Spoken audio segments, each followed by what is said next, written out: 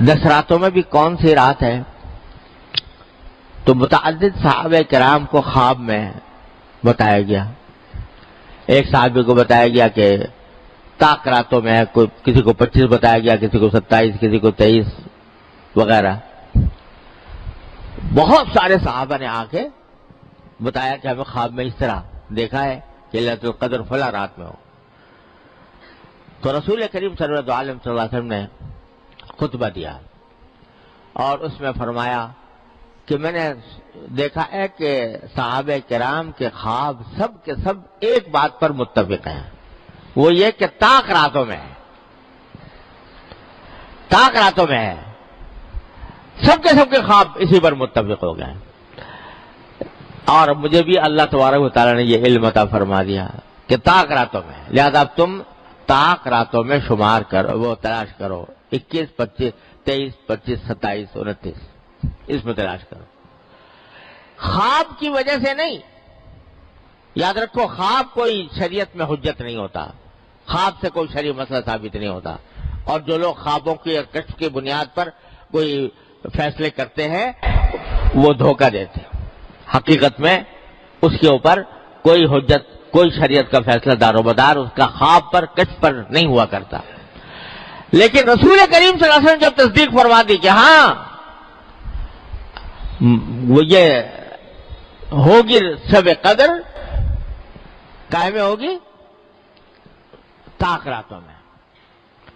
اور پھر رسول کریم صلی اللہ علیہ وسلم نے اپنا خواب بیان فرمایا. صحابہ کرام کا خواب تو حجت نہیں تھا، لیکن نبی کا خواب حجت ہوتا ہے. اپنا خواب بیان فرمایا کہ میں نے خواب میں یہ دیکھا ہے، مجھے یہ بتایا گیا ہے کہ جس رات شب قدر آئے گی اس سال، یعنی اس سال جس سال آپ یہ بات کر رہے ہیں، جس رات شب قدر آئے گی اس وقت اے میرے پیغمبر صلی اللہ علیہ وسلم، تم اس روز پانی اور کیچڑ میں سجدہ کرو گے. یہ صبح آپ نے اعلان فرمایا کہ جس رات شب قدر ہوگی اس رات تم پانی اور کیچڑ میں سجدہ کرو گے. کیا معنی؟ بارش ہوگی، کیچڑ ہو جائے گا مسجد کے اندر اور تم اس میں سجدہ کر رہے ہوگے. یہ صبح کا وقت ہے 20 تاریخ کا، 20ویں رمضان کا. اس وقت آپ نے اعلان فرمایا. صحابہ کرام فرماتے ہیں پورا آسمان صاف پڑا ہوا تھا، کوئی بدلی کا ٹکڑا بھی نہیں تھا.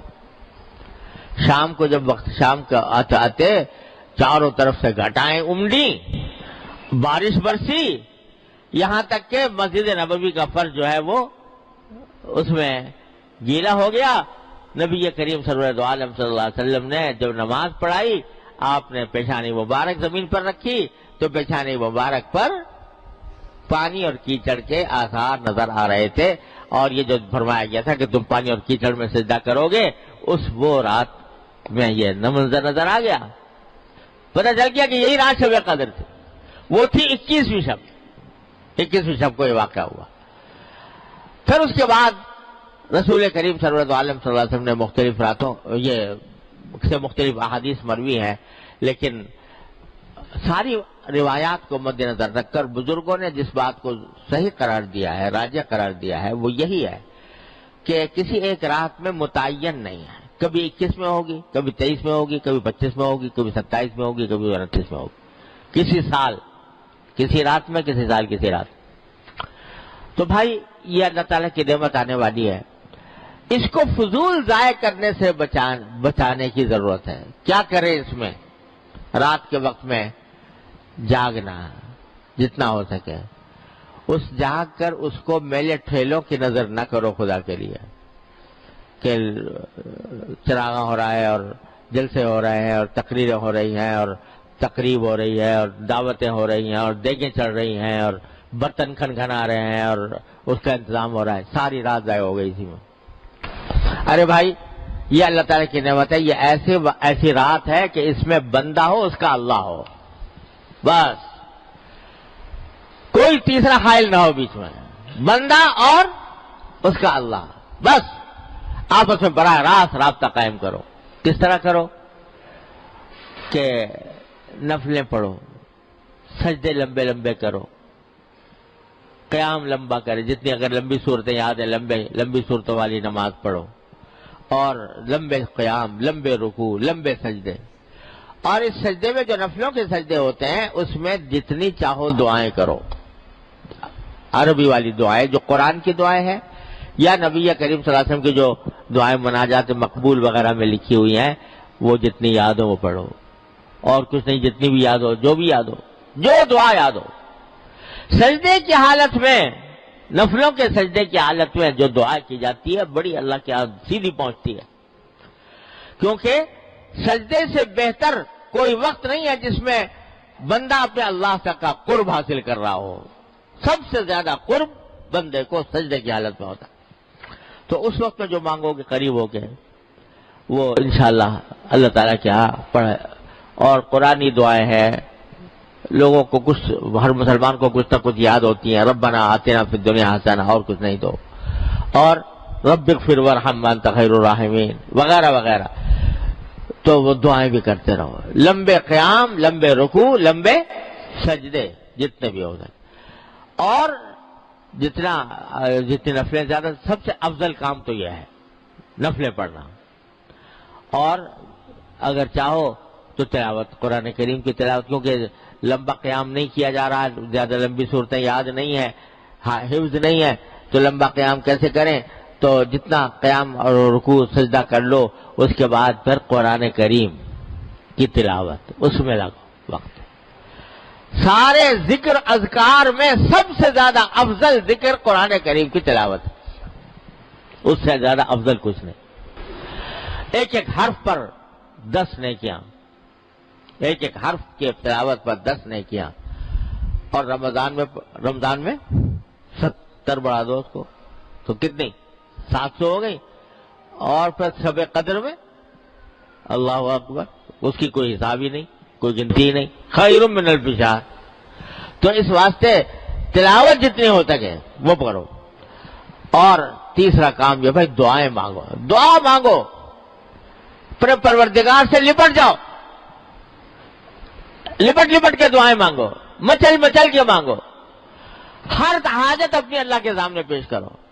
اور وہ کریم کی بارگاہ ایسی ہے کہ ہر مانگنے پر، ہر دعا پر بھی تمہارے لیے نیکی لکھی جا رہی ہے. جو مانگ رہا ہے وہ ملے یا نہ ملے، لیکن جو دعا مانگی، ہر دعا عبادت، ہر دعا نیکی.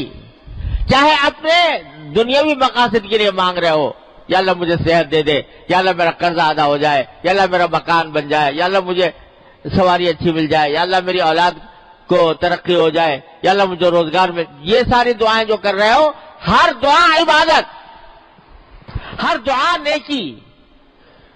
تو دعاؤں کی کثرت. اور ہم اور آپ کیا مانگیں گے؟ دعائیں مانگنا بھی نہیں آتا. مانگنا آتا ہے اللہ میاں سے کس طرح مانگنا چاہیے، مانگنا بھی نہیں آتا. وہ مانگنا بھی سکھا گئے نبی کریم سرور عالم صلی اللہ علیہ وسلم، وہ بھی وہی سکھا گئے. تو اس کی آپ کی مانگی ہوئی دعائیں، مناجات مقبول، الحزب العظم، پتہ نہیں کتنی کتابیں چھپی ہوئی ہیں جس میں رسول کریم صلی اللہ علیہ وسلم کی مانگی ہوئی دعائیں ہیں. وہ ایسی دعائیں ہیں کہ ہمارے آپ کے تصور میں بھی نہیں آ سکتی تھی، جو سرکار دو عالم صلی اللہ علیہ وسلم سکھا گئے. دنیا اور آخرت کی کوئی بھلائی ایسی نہیں ہے جو آپ نے مانگ نہ لی ہو. ہمارے تصور میں بھی نہیں آ سکتی تھی جو سرکار دو عالم صلی اللہ علیہ وسلم نے ہمیں مانگ کے بتا دی. یہاں تک مانگ لیا اللہ میں نے، حضور اقدس صلی اللہ علیہ وسلم نے، کہ یا اللہ خشکی میں، سمندر میں آپ کا کوئی بندہ، کوئی بندی جو بھی کوئی دعا مانگ رہا ہو، جو چیز اچھی اس نے مانگی ہو، اے اللہ میں بھی اس کا محتاج ہوں، وہ مجھے بھی دے دے، وہ بھی مجھے دے دے. اس سے زیادہ اور کیا مانگے گا کوئی آدمی؟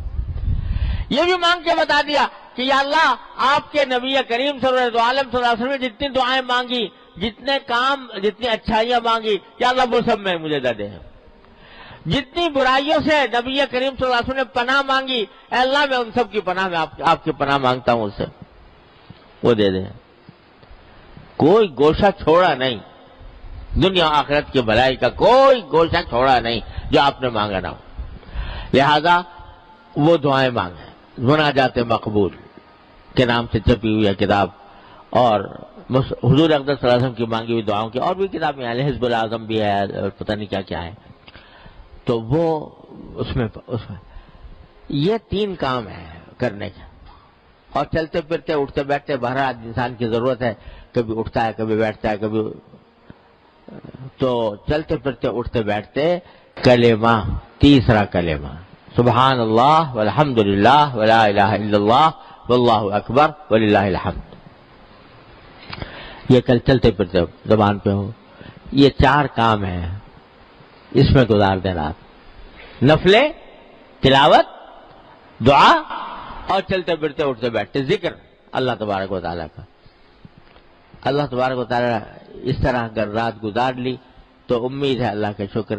کیا امید ہے؟ کہ اگر 1000 مہینے تک راتیں اس طرح گزاری ہوتی تو اس سے بھی کہیں زیادہ فضیلت اور اس سے بھی زیادہ کہیں اجر اور فائدہ حاصل ہوگا اس ایک رات میں. تو چلو بھائی پتہ نہیں ہے کون سی ہے، تو 5 ہی تو راتیں ہیں نا، 21، 23، 25، 27 اور 29. ان 5 راتوں کو اس طرح گزارنے کی کوشش کر لیں. اللہ تبارک، جو لوگ ماشاءاللہ اعتکاف کی نیت میں کیے ہوئے ہیں، اعتکاف کر رہے ہیں، انشاءاللہ ان کے لیے تو بہت ہی عظیم فضیلت ہے کہ سارا وقت ان کا عبادت ہی میں گزرے گا. اگر فرض کرو سو بھی رہے ہوں اعتکاف کی حالت میں تو وہ بھی عبادت میں لکھا جائے گا کیونکہ اعتکاف میں ہے. اس واسطے ان کو تو ہے ہی. اور اگر نہیں ہے اعتکاف تب بھی ان 5 راتوں کے اندر ان کاموں کا اہتمام کر لے. اللہ تبارک و تعالیٰ اپنے فضل و کرم سے مجھے آپ کو سب کو اس کی توفیق عطا فرمائے اور اس کے انوار و برکات سے ہم سب کو سرفراز فرمائے. وآخر دعوانا الحمدللہ.